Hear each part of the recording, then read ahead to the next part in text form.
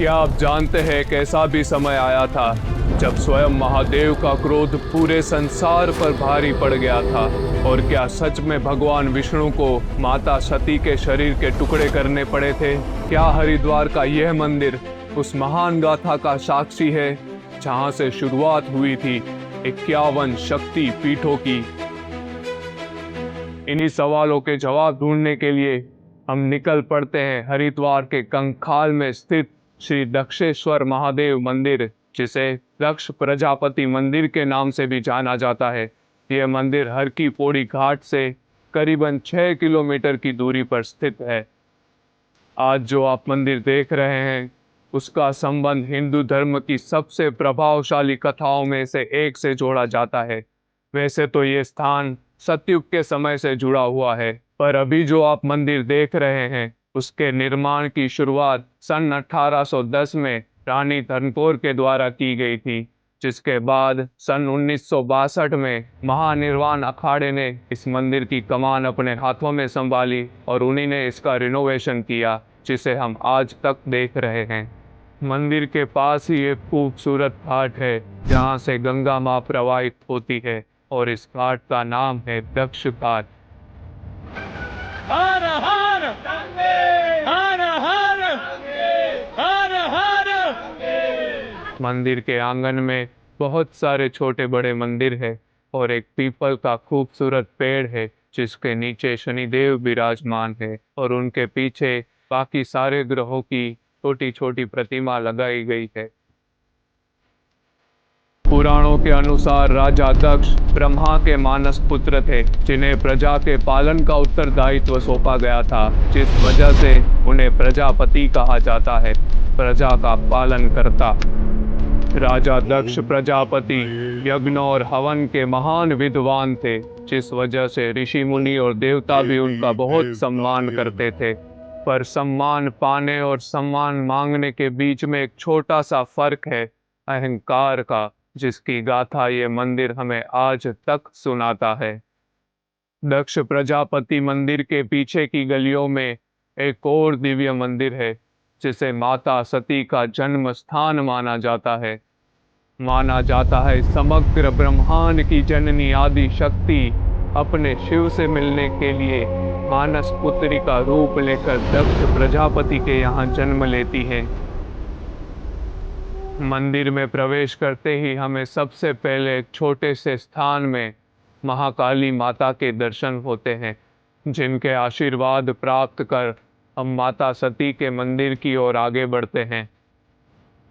माता सती की अलौकिक प्रतिमा के दर्शन कर हम उनके आशीर्वाद प्राप्त करते हैं और प्रसाद ग्रहण करते हैं। कुछ कदम और आगे बढ़ते ही हमें एक छोटे से शिवलिंग के पास बहुत सारे छोटे छोटे मंदिर दिखाई पड़ते हैं, जिसे देखकर लगता है ये उन सिद्धों की समाधि हो सकती है जिन्होंने यहाँ तपस्या की होगी।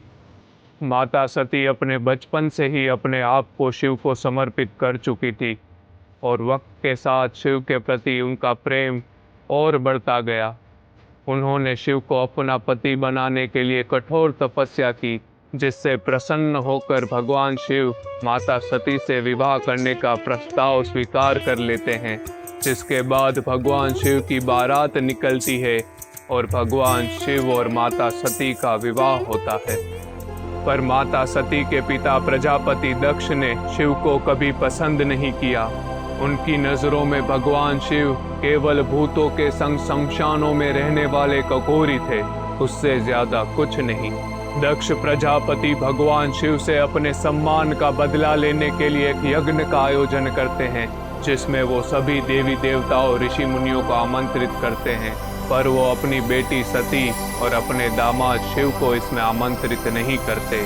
भगवान शिव समझ जाते हैं कि प्रजापति दक्ष उनका अपमान करना चाहते हैं, इसलिए वो उस यज्ञ में नहीं जाते। पर माता सती अपना पुत्री धर्म निभाने के लिए बिना आमंत्रण के भी उस यज्ञ में पहुंच जाती है। राजा दक्ष माता सती को यज्ञ में देखकर बहुत ही क्रोधित हो जाते हैं और वो भगवान शिव का अपमान करने लगते हैं। माता सती भरी सभा में अपने पति का अपमान सहन नहीं कर पाती और वे उसी स्थान पर अपने आप को अग्नि में समर्पित कर देती हैं। ये वही स्थान है जहां दक्ष प्रजापति अपना यज्ञ कर रहे थे और यहीं से कुछ कदम आगे बढ़ते ही सती कुंड के दर्शन होते हैं, जहां माता सती ने अपना देह अग्नि में त्याग दिया था। यहाँ माता सती की सफेद रंग की एक अलौकिक मूर्ति है, जिनके आशीर्वाद प्राप्त कर हम आगे बढ़ते हैं। जब माता सती के अग्निदाह की खबर कैलाश तक पहुंचती है, तब शिव अत्यंत क्रोधित हो जाते हैं और उनके गुस्से में से जन्म होता है वीरभद्रा का। वीरभद्रा यज्ञ स्थल पर पहुंच जाते हैं और पूरा यज्ञ तहस नहस कर देते हैं, जिसके बाद वो प्रजापति दक्ष को ढूंढकर उनका सर धड़ से अलग कर देते हैं। गुस्से और दर्द में डूबे हुए शिव अपनी पत्नी का शव उठाकर पूरे ब्रह्मांड में तांडव करने लगते हैं, जिसे देखकर सारे देवी देवता डर जाते हैं। समग्र ब्रह्मांड को शिव के क्रोध से बचाने के लिए भगवान विष्णु आगे आते हैं और अपने सुदर्शन चक्र से माता सती के शव के टुकड़े कर देते हैं।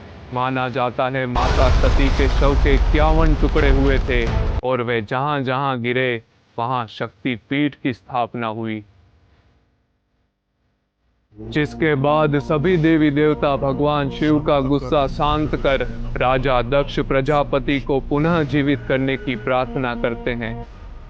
शिव उन सब की प्रार्थना का स्वीकार करते हैं और वे राजा दक्ष के धड़ पर एक बकरे का चेहरा लगा देते हैं, जिसके बाद प्रजापति दक्ष को अपनी गलती का एहसास होता है और वे शिव की आराधना करने के लिए एक शिवलिंग की स्थापना करते हैं। यही वो शिवलिंग है जिसे दक्ष प्रजापति ने स्थापित किया था, जिसे हम दक्षेश्वर महादेव के नाम से जानते हैं।